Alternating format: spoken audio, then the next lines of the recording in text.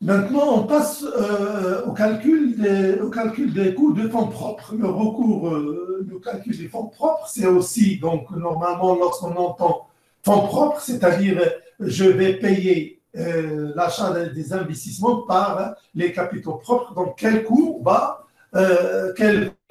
le coût de mes fonds propres? Donc, c'est une question qui se pose. Donc, lorsqu'on fait le recours aux capitaux propres, cela entraîne une contrainte économique qui s'impose à l'entreprise, c'est d'assurer une certaine rémunération des associés. D'accord? Et une entreprise qui assurerait à ses associés une rémunération insuffisante ne serait plus en mesure de solliciter des apports nouveaux en capitaux propres. C'est-à-dire, lorsque l'entreprise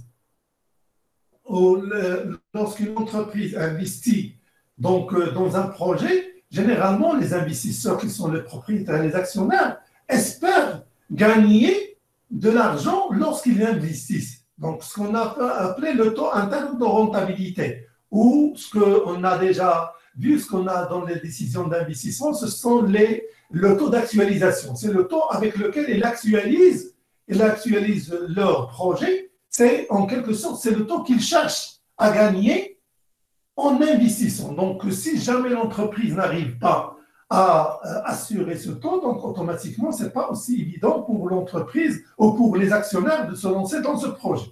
Et c'est la raison pour laquelle il est nécessaire de calculer le coût des fonds propres pour voir qu'est-ce qu'il va pour chaque entreprise.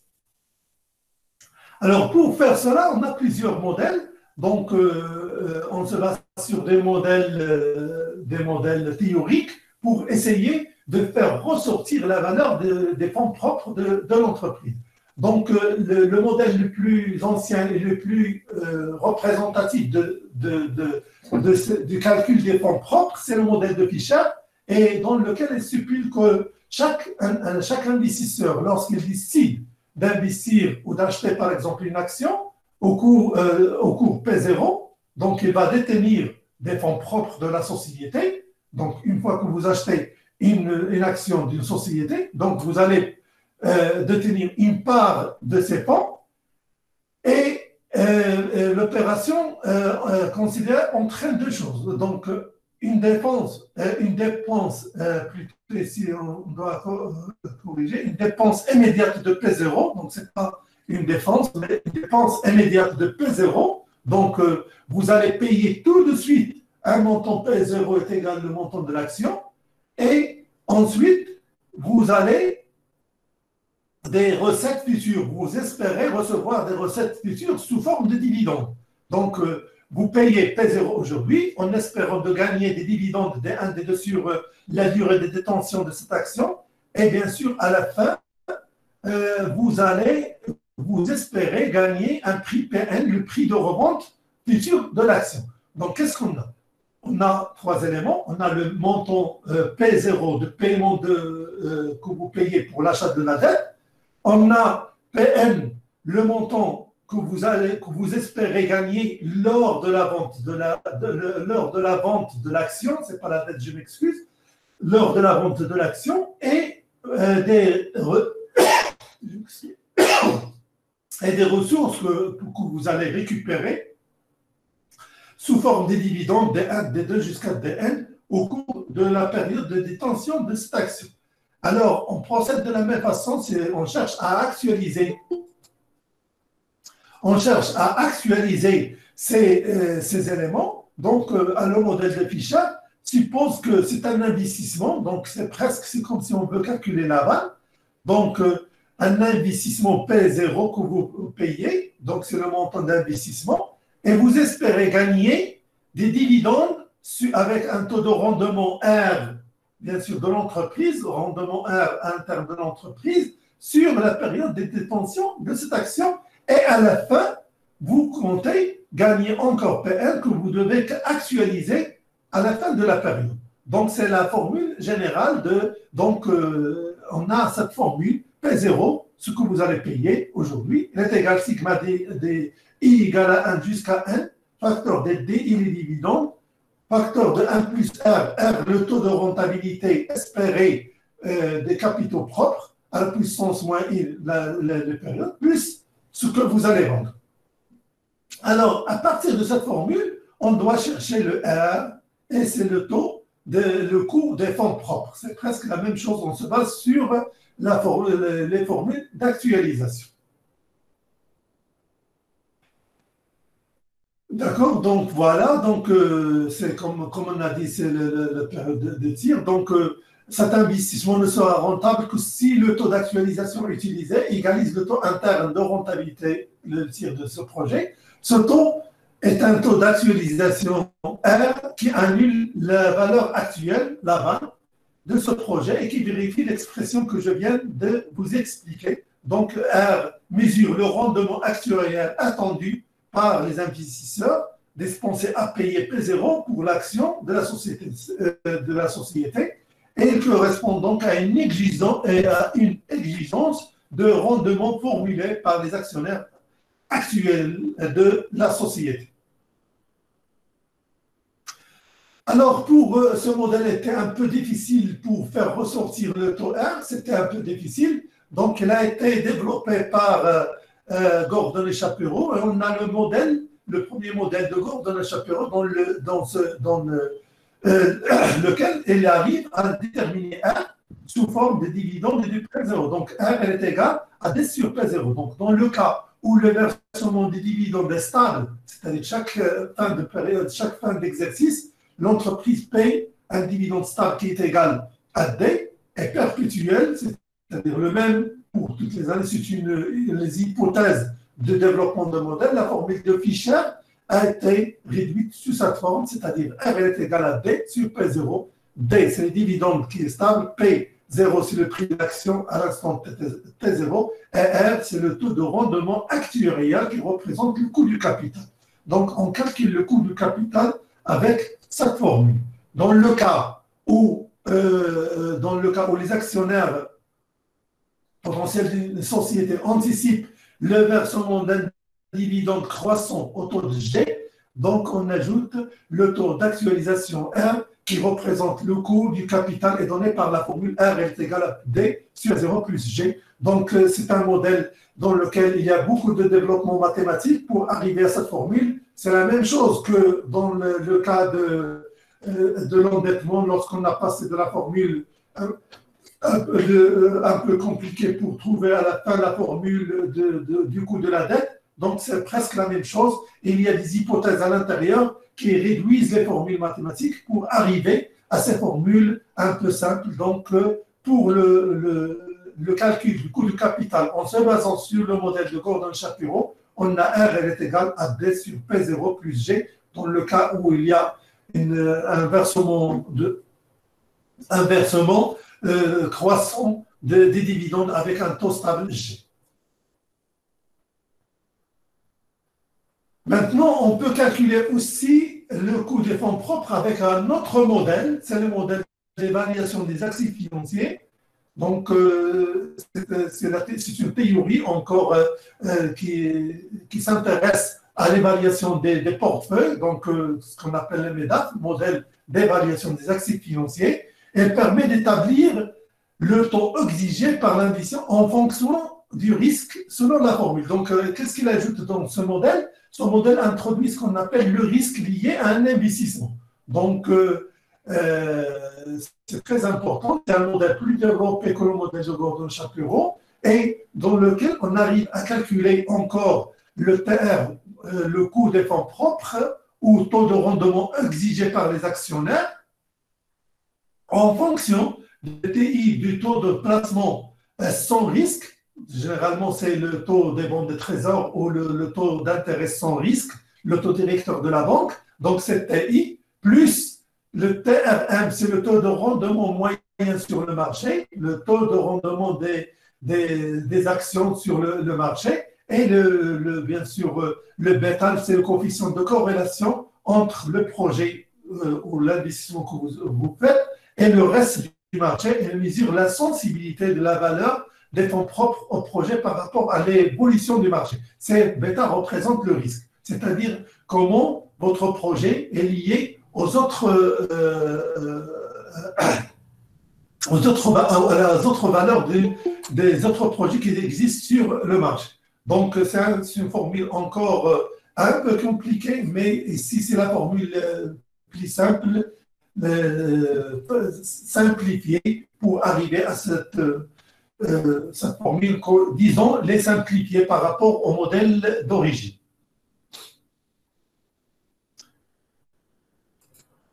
Alors, on va prendre un exemple et on va voir comment on peut calculer ces valeurs. Donc, on prend un exemple, une personne a le choix d'investir entre deux sociétés, la première ABC, la deuxième XYZ, qui ont émis des actions des actions qui cotent sensiblement le même cours de 1000 dirhams. Donc, c'est-à-dire qui ont une valeur sur le marché boursier de 1000 dirhams par action. La société ABC offre sur son dernier exercice un dividende de 25 dirhams avec un taux de croissance de 5%.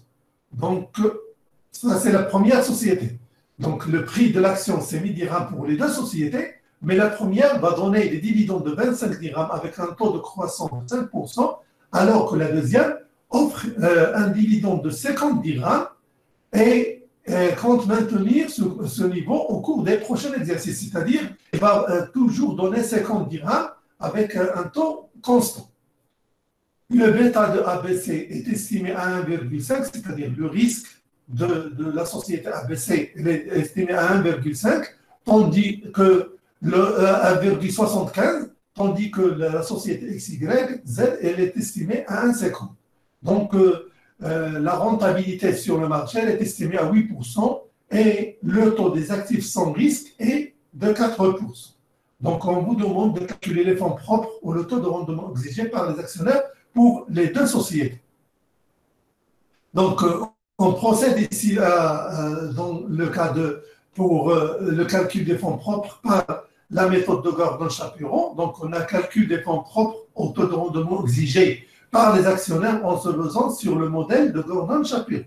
Donc, taux de rendement exigé, dans le cas où on a un D constant, c'est R est égal à D super 0, taux de rendement exigé dans le cas où il y a une évolution de G. Donc, on a pour ABC et pour XYZ. On a dans notre cas ici le taux de rendement c'est 2,5, pour XYZ c'est 5. Donc, dans ce cas ici, on a ces 2,5 plus 5%, elle est égale à 5,75. Et dans le cas, dans le cas de XYZ, elle est égale à 4. Donc, qu'est-ce qu'on conclut? Donc, on a pris toutes ces informations à partir tout simplement de la formule. Dès on a les dividendes, on divise par le prix de l'action et on trouve qu'elle est égale à 2,5. La même chose dans le cas de XYZ, on prend le montant de dividendes, on le divise par le prix de l'action et on trouve qu'elle est égale à 5%. Et la même chose pour R ici. Donc, on trouve que dans les deux cas, on a 2,5, 5,75, 5%, 5%. Alors, la conclusion qu'on peut tirer de cet exercice, à court terme, l'action de la société XYZ est plus intéressante que celle de la société XYZ. À court terme, c'est-à-dire, si je veux investir à court terme, donc la société XYZ, elle va vous donner 5%, que ce soit pour dans les deux cas, elle va vous donner 5%. Par contre, à court terme, donc, la société ABC vous donne tout simplement un taux de rendement de 2,5%. D'accord? Donc ici, donc, c'est mieux plutôt d'investir dans la société YZ parce qu'elle va vous donner un taux de rendement de 5%. Par contre, si à long terme, vous comptez investir à long terme, c'est-à-dire prendre cette action pour plusieurs années, donc c'est mieux d'investir dans la société ABC parce qu'il va vous donner après 7,5% parce qu'on a plusieurs années, donc on va avoir une évolution à long terme et par suite le rendement va passer de 2,5 à 7,5 dans les années futures. Si on se base sur le modèle du MEDAF, donc le modèle d'évaluation des actifs financiers, donc on va utiliser la formule TR est égal à TI plus bêta, facteur de TR moins TI. Donc on a les valeurs ici, on remplace dans notre modèle. Donc pour la société ABC, le TI est égal à 0,04 plus 1,75 multiplié par 0,8, le taux de rendement de cette société, donc c'est TRM, et on trouve qu'elle est égale à 11%, et pour la société XYZ, on trouve qu'elle est égale à 10%. Donc on va, en se basant sur le MEDAF, le coût des fonds propres de la société ABC est plus élevé que celui de la société XYZ. Donc ici, lorsqu'on calcule ce taux, soit on se place dans la logique de l'investisseur, soit on se place dans la logique du détenteur de l'action. D'accord? Si je veux calculer plutôt, je suis en train de revendre mes actions, d'accord? Revendre mes capitaux. Donc le rendement pour moi, c'est 11%, et ici, c'est 10%. Si je me place dans le cadre de l'investisseur, c'est-à-dire c'est moi que je vais acheter, donc le coût avec lequel je vais acheter, c'est 11%, et pour la société YZ, c'est 10%. Donc, il faut faire la différence entre coût et rendement. Je parle de rendement si je suis le détenteur de l'action. Coût si je suis investisseur. Donc, je veux investir dans l'achat de ces actions, je dois payer un taux de 11% pour bénéficier de ces actions.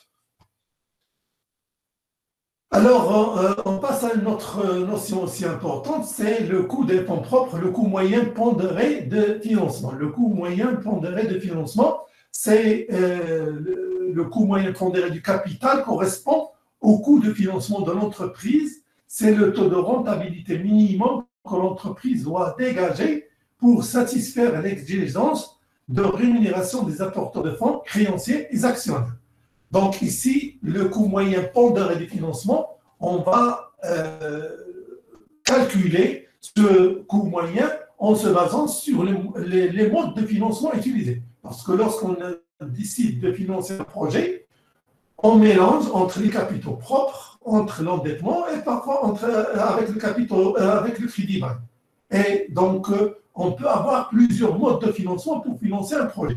Donc, le coût moyen pondéré de financement permet de calculer le coût moyen de ce projet tout entier, le coût moyen de financement de ce projet. Donc, mathématiquement, pour calculer ce taux moyen, donc pour le cas d'une entreprise qui met en œuvre un montant A, financé par des capitaux propres pour un montant C et par endettement pour un montant D. Donc, on écrira que le taux moyen, elle est égal à R, c'est R, le coût des capitaux propres, multiplié par la part financée par les capitaux propres, plus le taux D, le taux D, c'est le coût de la dette, compte tenu des impôts, multiplié par la part financée par la dette. Parce que C plus D, c'est le montant total de l'investissement. Donc, on prend la part du capital dans le montant total et la part de l'endettement dans le montant total, elle est égale à,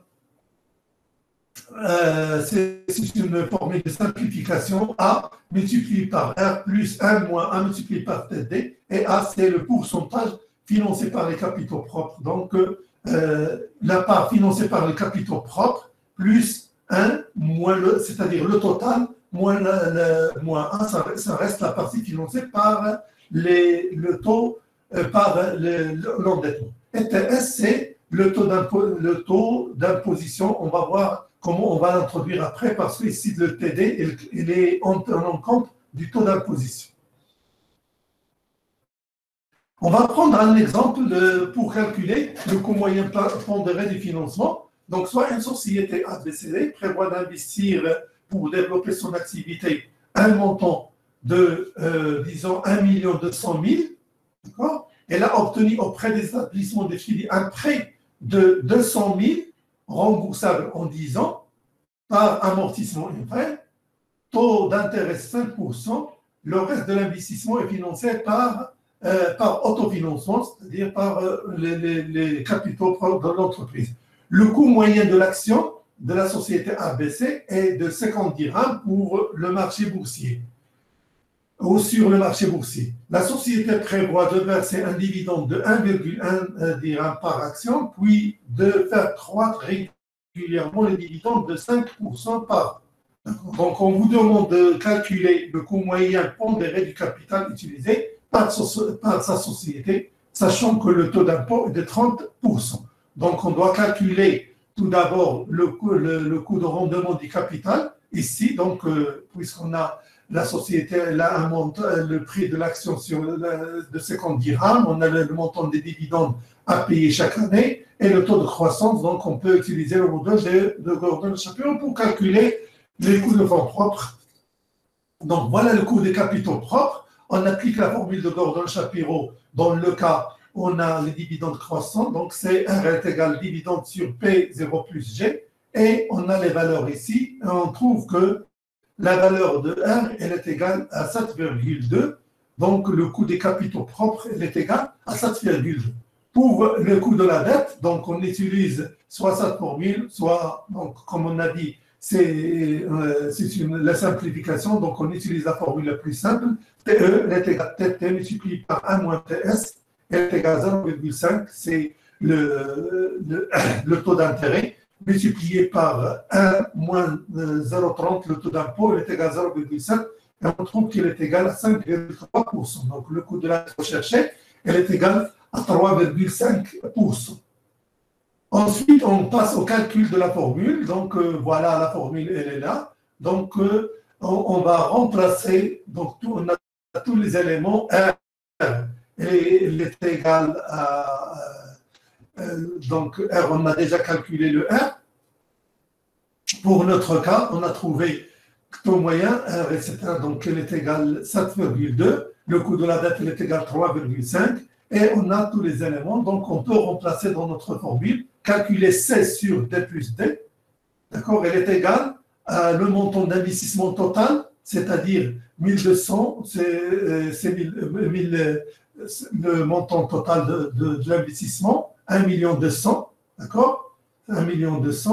Et la partie, le montant de la dette, c'est, on a dit que le montant de la dette, c'est combien? Donc, financer un prêt de 200 000. Donc, la part de la dette, c'est 200 000 sur 1200. Et le reste, c'est financé par les capitaux propres. Donc, on revient à notre formule ici. Et on trouve que A est égal à 0,83 et 1 moins 1 est égal à 0,17. Et on remplace dans notre formule de base ici. Donc, A multiplié par R, c'est 0,83 multiplié par 0,072 plus 1 moins A multiplié par TD, elle est égale à 0,7 multiplié par 0,035, elle est égale à cette formule. Et enfin, on trouve que le coût moyen pondéré du capital, elle est égale à 6,59.